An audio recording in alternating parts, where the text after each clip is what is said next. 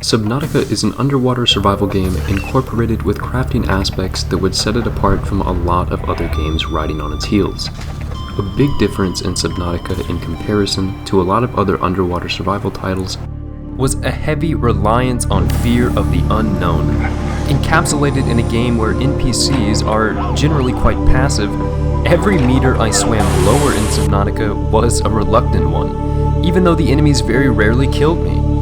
Unlike other games that relied on jump scares, map gating, and free roam limitations, Subnautica was something uniquely different.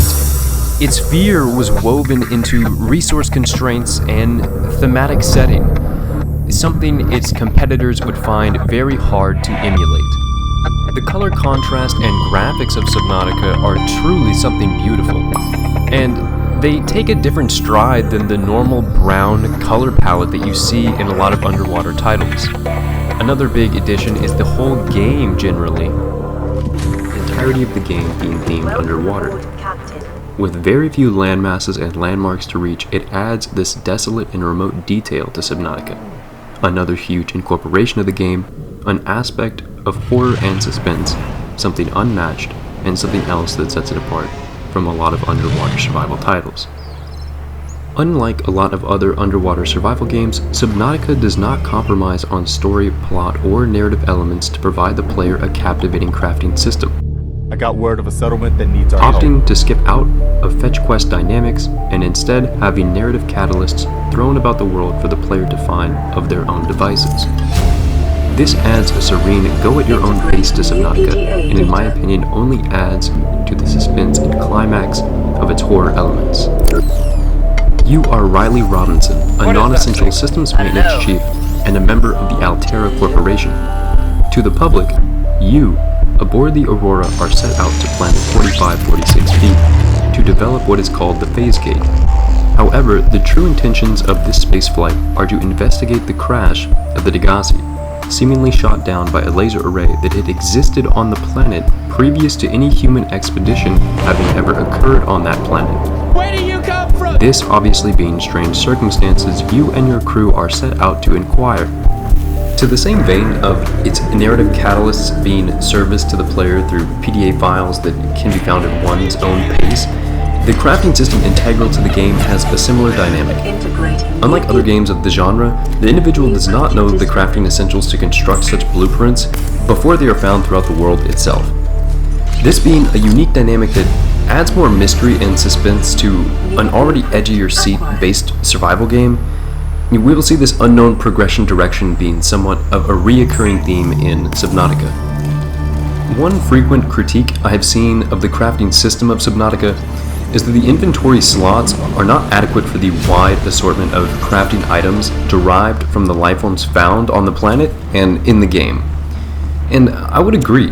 However, I think it adds an unprepared perspective to the player that is true to the plot of crash landing on an alien world. And I think the developers presented this limitation to the user very intentionally. In contrast to a lot of other YouTuber reviews of Subnautica, I actually think Unknown Worlds Entertainment did not incorporate this out of negligence. In fact, I think it was the opposite. I think they very intentionally added a very small player inventory to limit the player in a game where abundance is featured and afforded to everything and everyone but the player. One huge suspicion I find for this belief is that none of Unknown Worlds Entertainment titles actually suffer from this player limitation. It would seem only Subnautica to be developed in this way. And while I would usually be quick to state the sacrifice of inventory usability for graphics enhancement, player movement, or color contrast, the depth of the blueprint and crafting system within the game is kind of an attestament to this idea. I think Unknown Worlds Entertainment took a huge risk by incorporating such a large player limitation just to embody an aspect of suspense and restriction onto the player that upon the game's release lent itself, in my opinion, incredibly well to the survival horror incorporations of the game. I cannot emphasize this enough, and I cannot say this dynamic of the game compromised its quality. We will see this theme of scarcity come up frequently, not only in the narrative of Subnautica, but also in the game's play systems, crafting systems, and its in-game mechanisms as a whole. This unknown crafting principle gives an almost boundless outlook to the possible player creations and gives this ambiguous slant to what can be done in the game, being, in my opinion, Subnautica's greatest strength and also its greatest weakness. The player can seem lost in undirected, life forms being something more like arbitrary ingredients rather than objective-based harvesting items.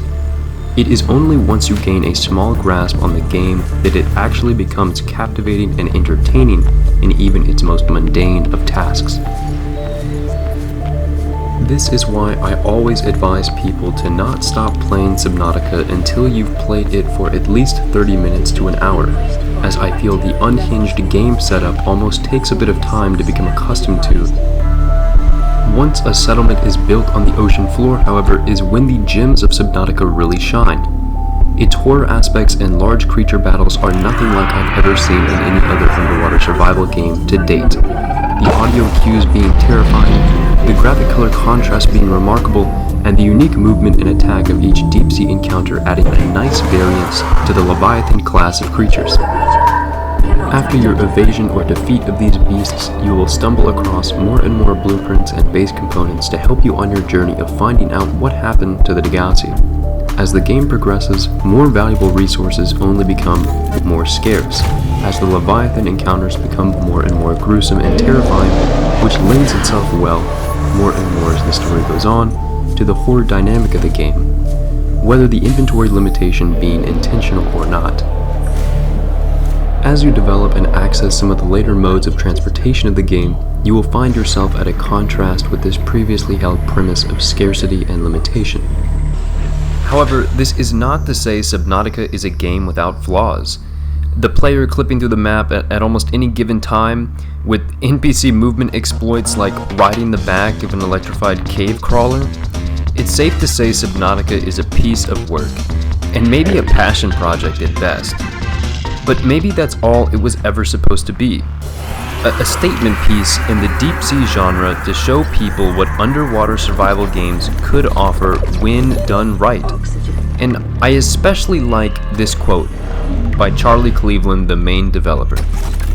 Instead of thinking about ways to interact with the creatures, it was more about, how can we experience the majesty of the creatures? It's less about a game system and more about an aesthetic experience. But we did make them exciting and beautiful and cute and funny and scary. We kind of just covered them emotionally instead of game systems wise. Stephen King talks about this when he writes, as his characters are telling him how to finish his stories. It's slightly mystical and abstract, but I think that's quite appropriate for making games as well.